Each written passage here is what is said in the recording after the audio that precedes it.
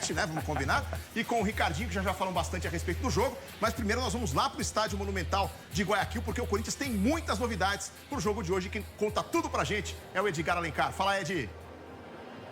Tudo bem, Evê? Boa noite para você, boa noite a todos. Vem aí um Corinthians com novidades para essa partida contra o Barcelona. O volante venezuelano José Martínez virou desfalque de última hora, dores no joelho direito. Então o técnico Ramon Dias vem com o Alex Santana no meio-campo. E na defesa muda o esquema. Vem aí com 3 zagueiros: Gustavo Henrique, o garoto João Pedro Choca e também o equatoriano Félix Torres, que jogou aqui no Barcelona e é tão torcedor, confesso, do Barcelona de Guayaquil, que disse que se marcar um gol hoje à noite, não vai comemorar, viu, Evê? Valeu, Ed. Agora nós vamos ouvir o Ramon Dias, técnico corintiano, falando sobre o jogo desta noite. Difícil para los dos equipos. Los dos tienen grandes chances de pasar. Así que el que tenga más tranquilidad en el juego, más tranquilidad en la presión. Un partido lindo para jugar. Me parece que los dos equipos tienen chance para poder pasar. También que nosotros tenemos la vuelta allá en Brasil, pero esperamos disputar un gran partido. Muito bem, aí a palavra do Ramon Dias e o torcedor corintiano um pouco ressabiado, porque o Corinthians sofreu mais do que se esperava contra a Universidade Central da Venezuela, né, Caio Ribeiro? Seja bem-vindo, boa noite. Boa noite. Feliz ano novo. Voltei das minhas férias, Ri. Vamos estar com você de novo, amigo. Obrigado, Caião. Eu acho que é um Corinthians que tem momentos diferentes nas duas competições. O Corinthians do Campeonato Paulista é muito bom, é um time que pode fazer um grande jogo hoje e entrar na fase de grupos da Libertadores, confirmando a classificação semana que vem. O Corinthians da Libertadores ligou um sinal de alerta, né? É muito mais time do que a equipe venezuelana e sofreu mais do que o esperado. Mas eu acho que ainda é superior à equipe do Barcelona, que vai exigir mais da equipe brasileira, mas ele tem condições de passar. O Corinthians iniciando um período importante na temporada, embora a gente esteja apenas em março, Ricardinho, porque já tem semifinal do Campeonato Paulista no domingo contra o Santos, e esses jogos contra o Barcelona são fundamentais para garantir vaga na fase de grupos e aí garantir uma sequência nessa competição sul-americana tão importante. Boa noite. Boa noite, EV, um abraço para você, Caião, sempre prazer. Apesar do início da temporada, garantiu o calendário, né? Então é importante esses dois jogos contra o Barcelona serem encarados como duas decisões. Já no início da temporada é importante você usar o elenco. E acho que o Corinthians vai ter que nesses próximos jogos, porque são só jogos decisivos, Libertadores e Campeonato Paulista, já no início da temporada, para poder colocar o time com um bom calendário durante a temporada. Muita preocupação nas últimas horas com relação à situação do Estádio Monumental em Guayaquil, porque fortes chuvas caíram no Equador. A gente tem algumas imagens de vestiário alagado, o pessoal tendo que improvisar a área de aquecimento na sala de imprensa do estádio. Já não chove há algumas horas, o Edgar Alencar trazia a informação mais cedo.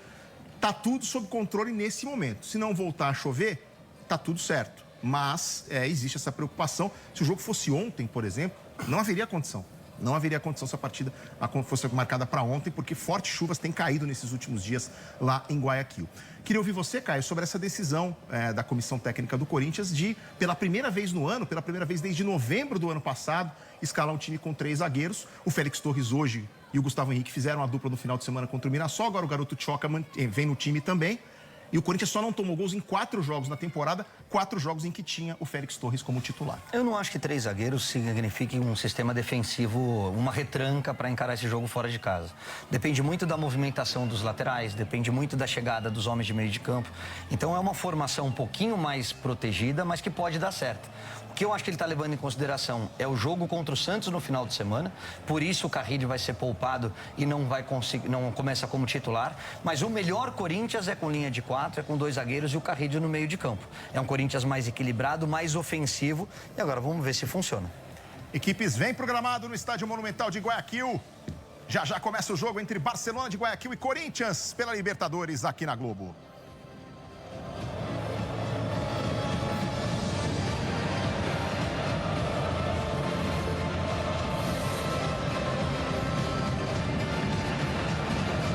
Barcelona de Guayaquil, que está no ano do seu... No meio de campo. É um Corinthians mais equilibrado, mais ofensivo.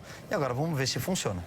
Equipes vem programado no Estádio Monumental de Guayaquil. Você acompanha ao vivo na Globo. Lembrando que a partida de volta é na quarta-feira da próxima semana, às 9h30 da noite, na Neoquímica Arena, em Itaquera. Também com transmissão ao vivo aqui da Globo.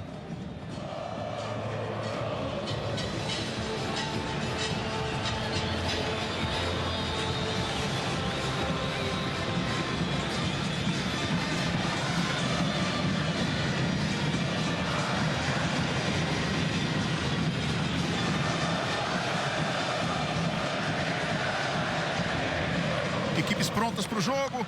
Atletas dos dois times se cumprimentando. E nós vamos já confirmar as escalações de Barcelona de Guayaquil e Corinthians para esse jogo importante que marca o início desse duelo pela terceira fase preliminar da Conmebol Libertadores.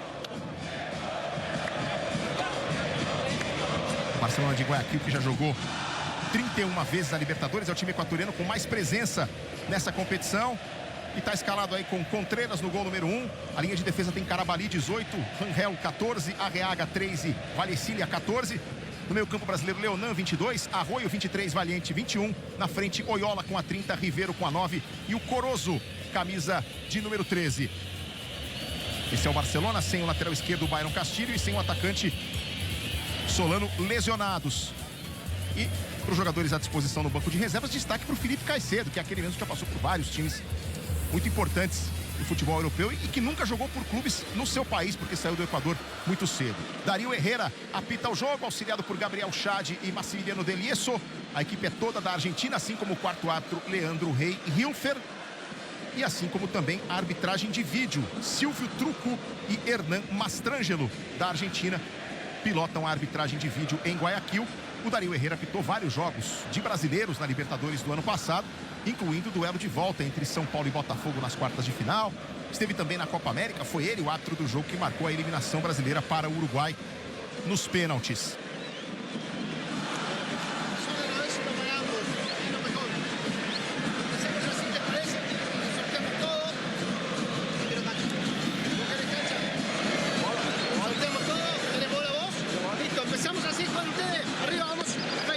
Pontapé inicial do Corinthians, os times vão ficar desses mesmos lados. À esquerda, o Corinthians no primeiro tempo, à direita, o Barcelona. E aí o timão, escalado com Hugo Souza no gol número 1, a linha de defesa com o Mateuzinho. 3 zagueiros, Félix Torres, Gustavo Henrique, João Pedro Choque e o Hugo na esquerda.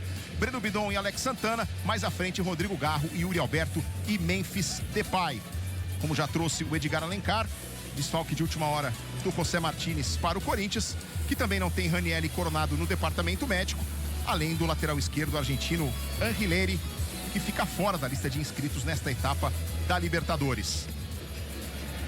Tá quase tudo pronto para o início do jogo. O Corinthians vivendo um bom momento nesse ano de 2025, classificado para as semifinais do Campeonato Paulista, depois de ter feito a melhor campanha da primeira fase do Paulistão. Vai enfrentar a equipe do Santos, mas hoje tem um adversário difícil pela frente. O Barcelona de Guayaquil defende uma invencibilidade de 15 jogos atuando como mandante. Não perde em casa desde abril do ano passado, uma derrota por São Paulo na Libertadores, mas são 15 jogos de invencibilidade para o Barcelona de Guayaquil, jogando aí nos seus domínios. O Corinthians hoje com um sistema de 3 zagueiros, reforçando a defesa.